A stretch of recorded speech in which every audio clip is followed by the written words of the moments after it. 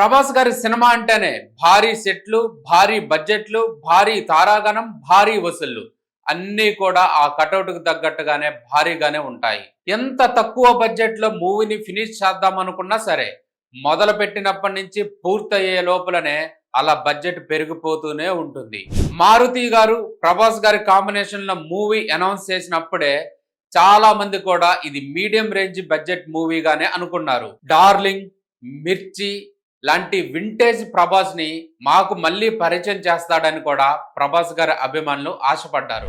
మారుతి గారు కూడా తనకు అలవాటైన హర్రర్ కామెడీ జోన్ లోనే ఈ సినిమాని రూపొందించాడు.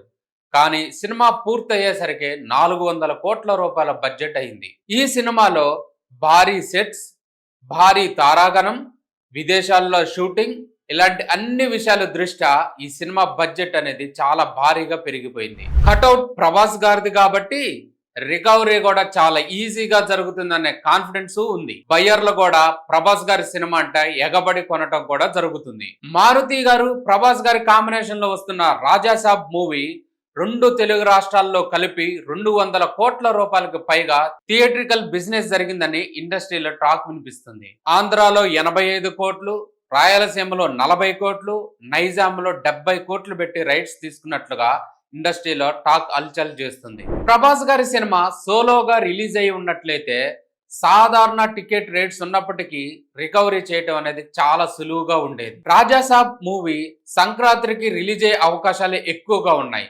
సంక్రాంతికి రాజాసాబ్ మూవీతో పాటు మరికొన్ని భారీ చిత్రాలు కూడా రిలీజ్ అవుతున్నాయి. అప్పుడు ప్రేక్షకుడికి ఆప్షన్స్ ఎక్కువగా ఉంటాయి. అఖండ 2 సినిమాకి టికెట్ రేట్లు పెంచడంపై తెలంగాణ రాష్ట్రంలో కేసులు కూడా నమోదయ్యాయి. కాబట్టి ఈ సినిమాకి టికెట్ హైక్స్ ఉంటాయా లేదనేది కూడా ఒక డౌట్ గానే వినిపిస్తుంది. ఏదేమైనప్పటికీ ప్రభాస్ అంటేనే ఇండస్ట్రీ రికార్డులు, ప్రభాస్ అంటేనే కలెక్షన్ల ప్రభంజనం.